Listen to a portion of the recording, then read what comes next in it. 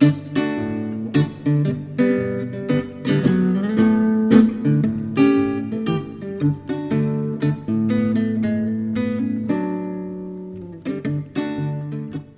to All Right in Sin City, a podcast about writers and writing in the Windsor, Detroit region. Your podcasters today are Irene Moore Davis, author, educator, and local historian.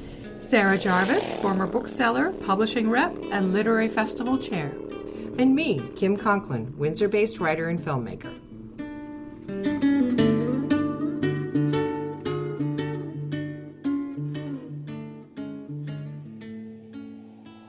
Our featured guest today is Elisa Sinnett. Elisa Sinnett is a writer and teacher and a member of the American Federation of Teachers. She lives in Windsor, Ontario with her family, but her hometown is Detroit, Michigan. She works on her writing with author Ariel Gore and the Literary Kitchen. Sections of her book, Detroit Fairy Tales, have been published in or recognized by various magazines and journals. Elisa says that she is an immigrant to the middle class and is dismayed to discover shortly after her arrival that it was being dismantled. And Detroit Fairy Tales is her first book. Welcome to the show, Elisa. Thank you so much for having me. Have you always been a storyteller? Yeah, I come from a long line of storytellers. My dad grew up in Canada before like electricity and stuff, like in a deep rural area. And he said they were always standing around like memorizing poetry. And so when we were small, he would read these memorized poems to us, songs and things. So I think do things like that. Try and write advertising to sell my little sister. I tried to describe her in glowing terms so someone would purchase her, things like that. But, And did it work? Yeah, my neighbors took her in for a while, but they gave her back at bedtime, so.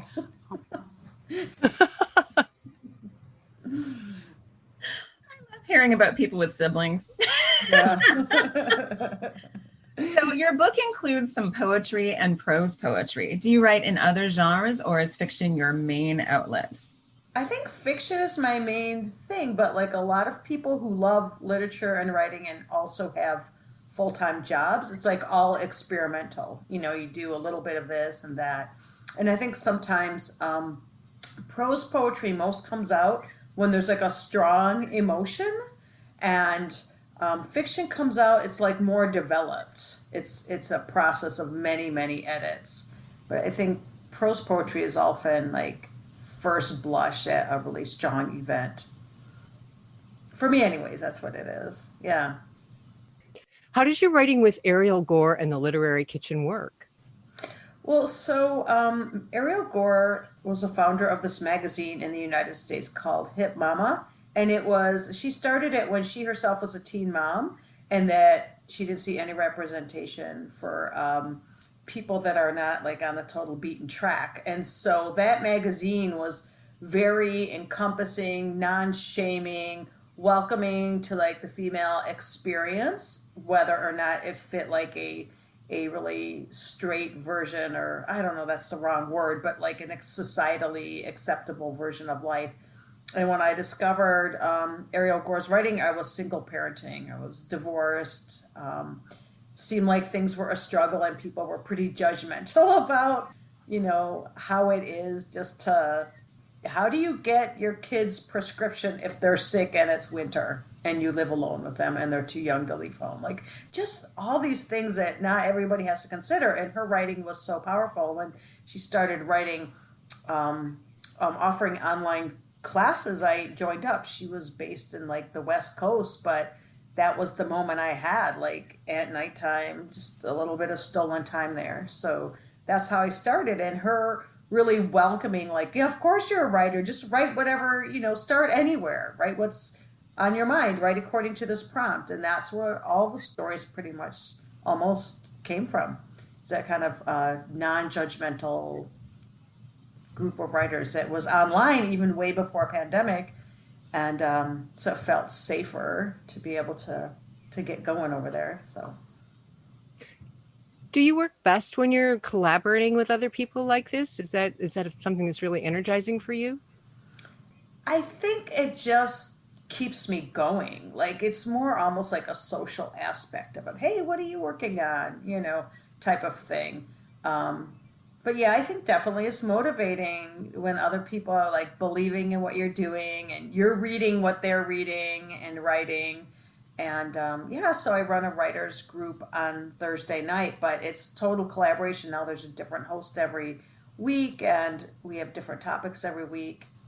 It's more just motivational because writers are often just on their own with their thoughts. So We associate fairy tales with magic realism or plain magic.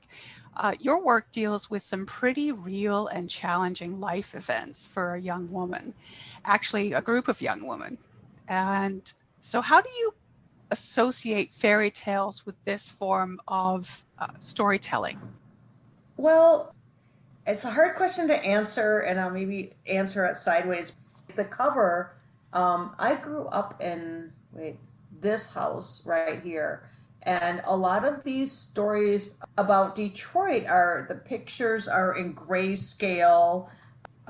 What is it called?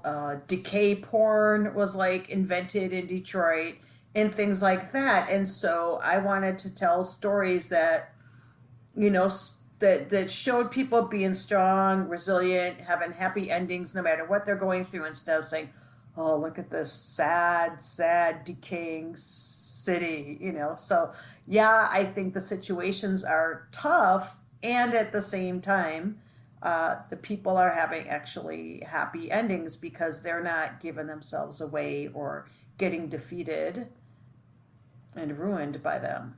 They're just part of their lives. So I think that was an organizing principle for me. And yes, there is magical realism in there, but also I wasn't going to tell you a sad story. So a lot of it is structure as well. It comes into the scaffolding of your work then, does it?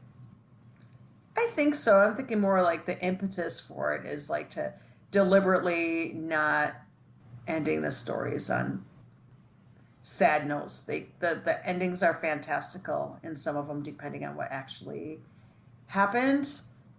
Some things are exaggerated. It's drawing from reality, but it's fiction. And I think that kind of goes back to what I was saying about, well, for me, prose poem is the first flush of emotion. The one I wrote in the book was Driving to El Salvador with Hector and Domingo. It was because I had never left the country before besides Canada and Detroit, and that was it. And so that emotional outpouring happened because I saw life from a completely different standpoint. Not sure what point I was trying to make, but yeah. Resilience is such a classic 313 trait, though, and I love that you've built that into your book, even when there is magic realism and magic involved, that it still comes through that these are very much Detroit fairy tales in that way. Yeah, thanks for emphasizing that. And I think more recently, people are also talking about resilience as being something forced upon people in difficult situations. And then the people looking at the resilient people get to feel sorry for them or energized by them. And I think the characters in my book they are resilient, but they're not resilient for your display. They're just being themselves. Awesome. So the structure of the book has short chapters with various years stated. Is that another way of connecting fairy tales to your writing, the format of short tales? I think so. And it's also a reality of a high school teacher to only have that much energy. But when I went back and started looking at it, when the book won a semi or a finalist in a fiction prize, I was like, oh, well, let me look at what I actually do have here, because that rejection is actually really good news. And so I started organizing it into time periods, and it was chronological at first, but then I was like, no, the family of origin has to be fourth. I don't know where that came from, but it can't be told in order. And so I didn't. So I think there might be some superstructure that somebody else will notice from it. But for me, the short tales came out of just my daily life for single parenting, then being in a partnership and also full-time working. But then when I went back and looked at it, the structure I placed on it, I guess like fairy tales, there is an origin story. So yeah, mythology. It'll be interesting for me to go back and look at it after I've had a little bit more distance from it. These are great questions. Oh, okay. Well, you touched on the timeline a little bit, that it goes back and forth in time and that you're being a little bit playful with that time structure. Was it important to make it fluid for some creative reason? And how did that help you sort of build the picture of your characters? I think when I did a lot of reading of writers' first books, which often come out like after their fifth book is published, and it's always like sort of this rough short story collection. A lot of people's first books seem to be short stories or novellas or books of essays. And looking back on those, like I can read an author's later finished book and then go back and read their short stories and see where some of that was coming from. And I know when I read those short stories, I'm like, I want to know more. I want to know more. I want to know more. So then I think with that knowledge, I structured it so it would almost read like a whole book, even though they're short stories. They're all thematically connected and within the characters and within time frames. So hopefully it's the birthplace of a longer novel down the line. But yeah, I think I got the short stories a lot from reading other people's first books. And like some fairy tales, your book actually includes some whimsical artwork. Would you like to tell us how you came to include that in your book? Oh yeah, so my best friend from second grade in Detroit, her name is Debrianne Dominguez. She is an artist. She's now based in Santa Fe, but she read the book and then she did a painting for me based on the book. And then she sent it to the publisher and he selected elements for the painting for the cover. And she's also from that same neighborhood, so we were right in sync with that. Brilliant segue, because the next question is this. Various neighborhoods of Detroit, Ann Arbor, and even Belle Isle appear in your book as though they were characters themselves. Is this a love letter to Detroit, a modern history, or a warning about certain neighborhoods? Ooh, I think it's definitely a love letter, although people will say that's a really rough, critical story for it being a love letter. But, you know, based on what some people say and think about Detroit, I think the difference is it's populated with people that could be anybody, including the reader, like, oh, this could be me. So is it a warning about different neighborhoods? Maybe about the suburbs, who always kind of seem kind of strange and impersonal, and about being strange and impersonal ourselves and not like down to earth and really connecting with each other. But yeah, I did notice that Detroit is one of the characters. I think you're definitely right about that. Excellent. So you also talk about society and class in your work and even in your biography. What interested you in depicting that so vividly in your book? I would say that would be the emotional experience of growing up where I did, because my dad came from deep rural, well, it's not that deep anymore, everything's close, but rural Canada, where he, well, his father died when he was super young, so there was a lot of economic insecurity there. They had to live by themselves in an apartment while my grandma went to work in Detroit, and that's how the family ended up there. But they lived, my dad was like 15 and his little sister was 12, and they were living in an apartment by themselves in Goderich with one older sister, and that's how they like finished high school. And my mom lived in rural Michigan, like in a really just, oof, you know, and their house was like a literal chicken shack after their dad was gone. And so they brought us to this wealthy middle-class Black neighborhood to be raised so that it would rub off on us. But we didn't have the manners of the middle class, nor Blacks nor whites that were in that neighborhood. And We didn't know that you should pick your neighbor's garbage in broad daylight for furniture. Maybe playing folk music on the front porch, selling items to the neighbors like bread, taking in their ironing. Like we were, and then also we performed on stage as a family band. So we really stood out in that neighborhood as not being quite knowing the rules, which for kids is not as easy. I mean, you look back with it, it's nostalgia, but I think a lot of kids feel like outsiders. But we took that to a new level, I think, with some of our behavior. So what is your latest writing project? What are you working on now? So right now, I just am publishing just small pieces on my blog. The latest piece is magical realism. It involves Anthony Fauci turning into a dog. I don't know. It's just like experimental stuff like that. And then the other thing I'm working on is my dad wrote a series of columns for the Goderich Signal Star. And so they were previously collected in a self-published book, but I'm getting like more stuff from the family recordings of him singing some of the old songs. And I'm like going to re-release that. And then I have DetroitStories.org where I am going to be doing a community writing project, but I have not gotten really into that one yet. And I'm looking forward to having some downtime to just like have time instead of teaching every morning to go back to writing every morning and maybe get deeper into fiction also. So I guess those two projects I mentioned are sort of like head, not heart projects. Like they're heartfelt, but they're not me. So I'm hoping to get some time in the summer to just really dive into some new characters. We'd love to hear some of your work. Would you like to read for our listeners? Sure.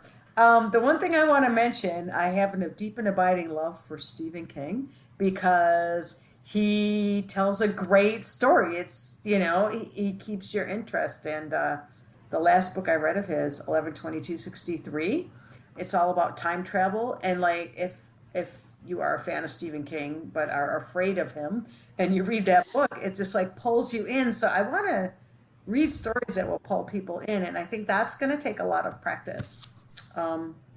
Sure, I'll just grab the first story of the book. It's called White People Steps. We unironically called these steps the White People Steps, just all the white people called them. They weren't the White People Steps, but this is like segregation 1980s. Like this is real, what we thought. So this is called Lisa 1980. This morning I woke up in the white world. Detroit, Michigan, 7 Mile, West Side, 1980. We live on parallel streets going from east to west, starting at the Detroit River, ratcheting up towards 8 Mile, and the suburbs in 1 Mile steps. Like bicycle spokes, larger avenues start downtown and the hub and stretch far, far away to better places like Chicago, where people have briefcases and ride the train. Placement along the grid line plots a person's destinies, and we Detroiters are supposed to stay put. At school, on the white people steps, we say people are black, white, Mexican. I know there are some mixed race kids, but I don't know what they do. One of them was a homecoming queen this year. She was beautiful in her satin gown from Hudson's. I saw her picture in Sunday's Detroit Free Press. For us, nobody else exists. At our school, black and white don't mix very much unless they are in school activities together and take turns being the most popular kids at the school. Our school, Cass Tech, is famous for its music program. My sister is in the singing group, the Madrigals, just like Diana Ross used to be. They get dressed up on performance day, but my sister doesn't own a skirt and only has one bra, so she can't get into uniform for the musical performances. She has to pretend that she forgot her show bag at home, and Miss Terry always lends her a school dress without a word. You have to know that people never use the word hillbilly or white trash on us, but we knew not to try to get too close to the black kids. We wanted to save ourselves the embarrassment of the brush off, the rejection. The Southwest Side is more my style. People are all over these rules about who is cool and who is not because their parents are in the union and strike together at the factory.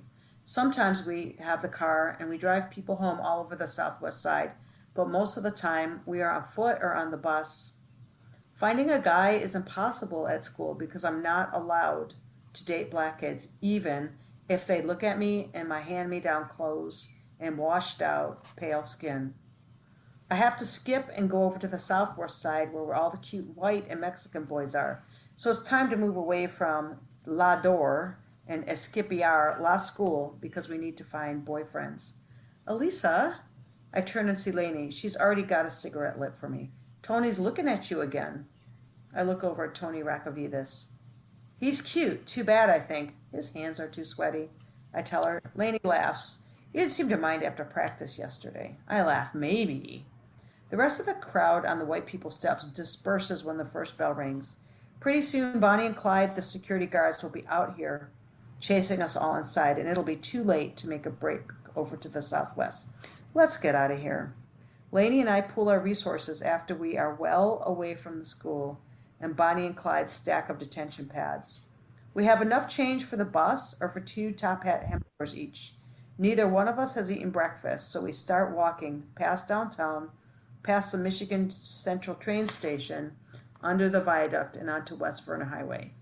The Amtrak trains clink overhead. We work on our school spirit for the pep rally, singing and shouting. From east to west, Cass Tech is the best. As we walk through the cement arch tunnel, jogging past the cave-like slit where people sneak over to Canada through the train tunnel under the river. Now we're officially on the southwest side, just 2 blocks from the Ambassador Bridge to Canada, but still 2 miles from Lainey's house. My feet hurt and I'm hot and thirsty. Brown leaves rustle around our sneakers and it's feeling cold and damp. We hear the car before we see it. A rusty brown 72 Dodge Duster with the white stripe pulls over to the curb and stops. Lainey and I look at each other. Joaquin. We run over to climb in. Joaquin Davis wears a tight white t-shirt and his muscular golden brown arch drapes casually over the back of the passenger seat. Joaquin is Mexican, but he speaks hardly any Spanish after the teachers tried to beat it out of him. Now he and his parents can barely understand each other. Lainey jumps in first, so I squeeze in next to her. Lucky, I mutter. Joaquin is yummy. She laughs and shifts towards him. What the hell? You walked all the way home from school? Yeah, we're starving, Lainey says. I'll take you to Ace Convenience then. Lainey tucks herself under his outstretched arms. Thanks, Joaquin.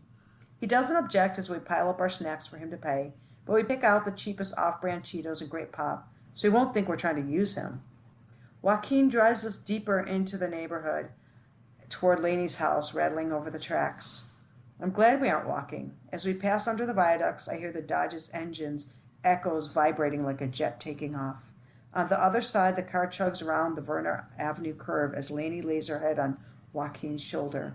I roll my eyes at Romeo and Juliet and watch the side mirror instead. Joaquin and I see the flashing red lights at the same time. Oh, shit, he says as he pulls over. I try to sit up straight and pull Lainey up. Joaquin rolls down the window, then stares straight ahead, both hands gripping the wheel. I follow his lead and roll down the window, then sit with my hands folded, looking straight ahead. Lainey's hand grips mine, fingernails digging into my palms. I feel the presence of the blonde policeman at my side, but it's the other white officer who speaks to Joaquin. License and registration, he pauses. Don't you know all passengers are required to wear seatbelts? Joaquin groans, soft enough only for us to hear. We're afraid of what's going to happen next, but it's Joaquin who gets pulled out of the car, no matter how slowly he moves or how carefully he follows instructions. This insurance is expired. Will you step out of the car? I start to move, but the officer on my side puts up his hand to stop me. He moves around to the other side of the car, where the first officer is bending Joaquin over, patting him down, then taking him back to the squad car and shoving him in the back. The officer is back at my window. Your licenses? We hand over our student IDs. 10th grade? I nod, look down. Lainey gulps and nods. How old are you? 15. It's like we're twin parrots chirping out the same answers. Has this man been supplying with you with alcohol? Did he try to rape you? Why aren't you in school? The officer asks his questions rapid fire. No, I mean, he didn't. I try to speak, but the officer cuts me off. Stay here. He goes back to the squad car with Joaquin and the other police officer. I bow my head. We're getting Joaquin into so much trouble. Long minutes pass. I have to go pee. Finally, the first officer comes up to the window. Get out of the car, he says. Lainey and I tumble out and then stand shakily, our legs half asleep from sitting in the cramped front seat for so long. The officer doesn't seem interested in us at all. Instead, he turns toward the tow truck, backing up and hooking to Joaquin's bumper. Lainey is frozen in place, but I'm hopping back and forth, wondering where I can find a bathroom. The officer seems surprised to see us still standing there. He steps in closer. "You girls Mexican?" he asks. No, Lainey answers. "Look, girls," the officer says, "go back to school and don't get in cars with Mexicans." We stand there like two mute dummies by the viaduct as the squad car pulls away. Joaquin in the back seat, spine erect, staring straight ahead. "Shit," Lainey says. "We left our Cheetos in the car." That was awesome. Thank you so much, Elisa Sinnett, for joining us today. Thank you so much for inviting me and all your good questions, and it's great. We write by ourselves, and so it's really great to get a chance to talk about our writing with other people. Thanks for joining us. Look for more episodes of All Right in Sin City wherever you listen to podcasts, or check out our website, allrightinsincity.com. For information and announcements of new podcasts, sign up to our email list or follow us on Facebook and Twitter.